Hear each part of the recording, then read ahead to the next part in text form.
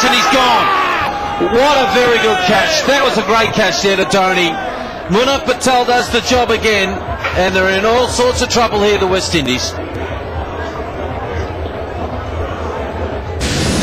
This was one of the few deliveries that wasn't directed at the stumps, just a little wide of off stump. Ramdin reaching for it, playing away from his body, and that's a top class catch from Dhoni.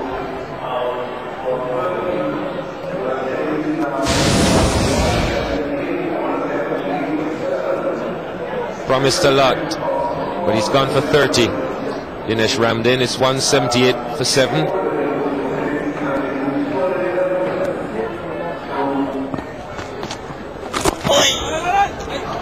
Nicely struck. Found the gap and will get 4 for it. Nice looking flick through mid-wicket by Bradshaw. Gets him 4. Ends the over. 189 for 7.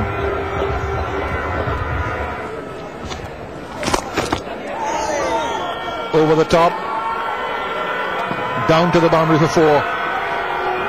Good straight hit. Well, it's of interest to me just how close the bowler got to this. He induced the stroke. It was in the air enough that Taylor went for it, and he was just a little bit late. It was certainly bowler's height, but he was late to get the hands up, so it was the power of the stroke. Too late and too short, I think. Not a tall man, Sehwag. And it was hit pretty well by Taylor. Deliberately lifted over the top. Good shot.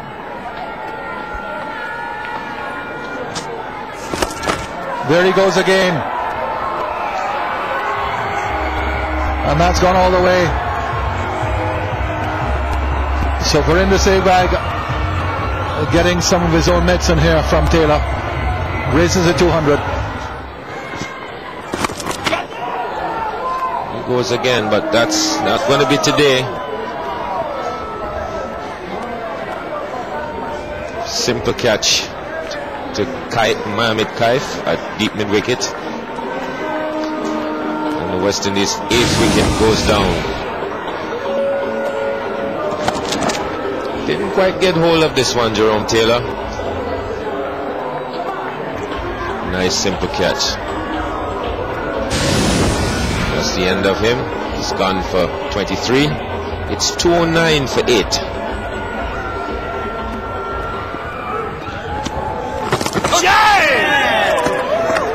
And he's gone.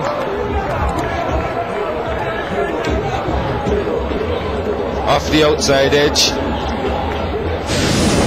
Simple catch to slip. A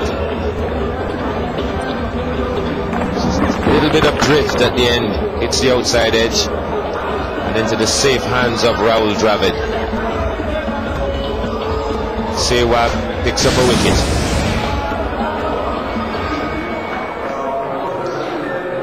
Pedro Collins didn't bother the scorers. He's gone. It's 210 for 9. Sehwag to continue to Bradshaw. And it's a brilliant catch. Threw himself to his right. Took a brilliant one-handed catch, Sehwag.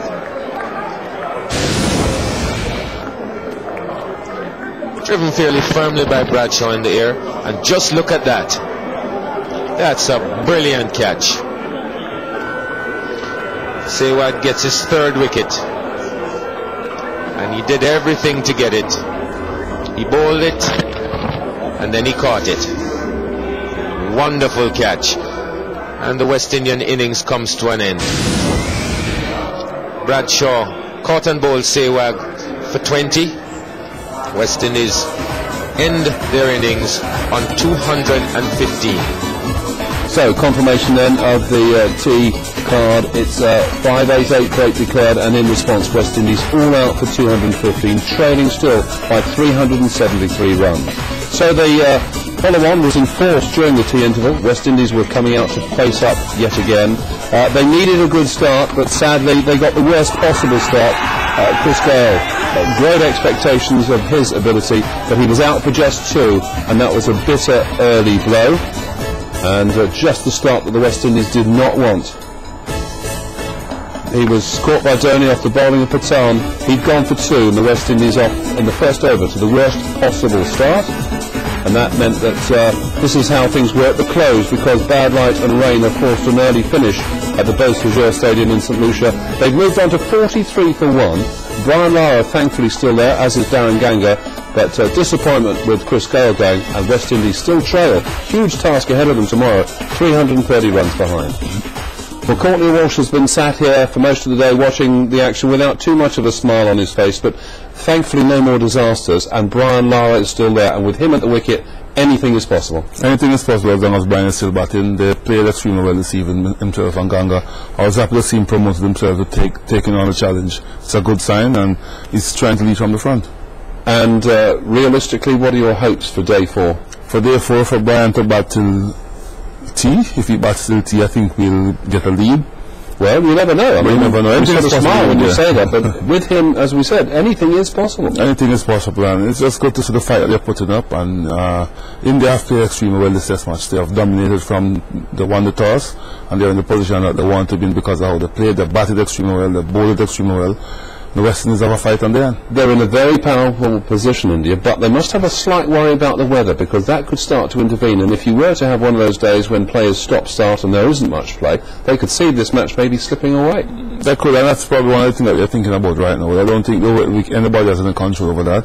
India will be pumped up to try to get this job over tomorrow, and West Indies will be trying to see if they can carry it into the 5th day. It's going to be a hard grind. Brian has got to come good along with the rest of the batsmen. And India, as I said, might be thinking about the weather, but they have no control over that. No. Are you confident that Darren Ganga is good enough to stay with Lara? And I mean, we've seen the disappointment of Gaelgang, but Ganga seems okay? He seems okay, and most of his bigger innings is when Brian is around. So if Brian is there, they have a chance that he'll try to nurture him along and guide him along. And if he can get him out of difficult waters, I'm sure that Ganga will appreciate it, and he'll just rise to the occasion. So it's not totally hopeless then, as it's the end of play now, of course, and Lara will have told the team already before they go off to the hotel.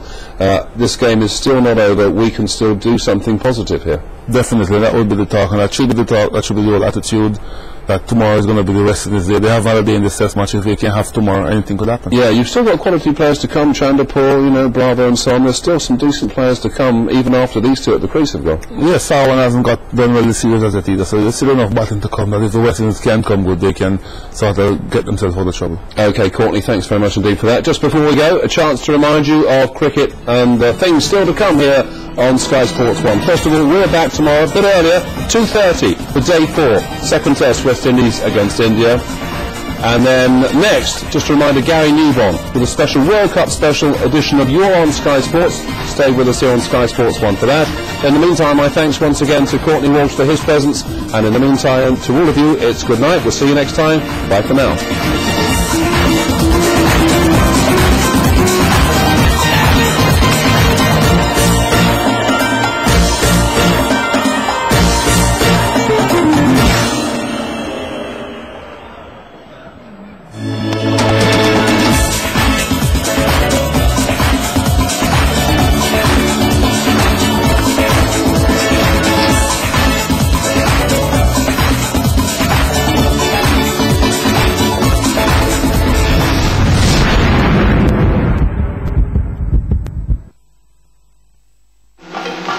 A light breeze that ends in destruction.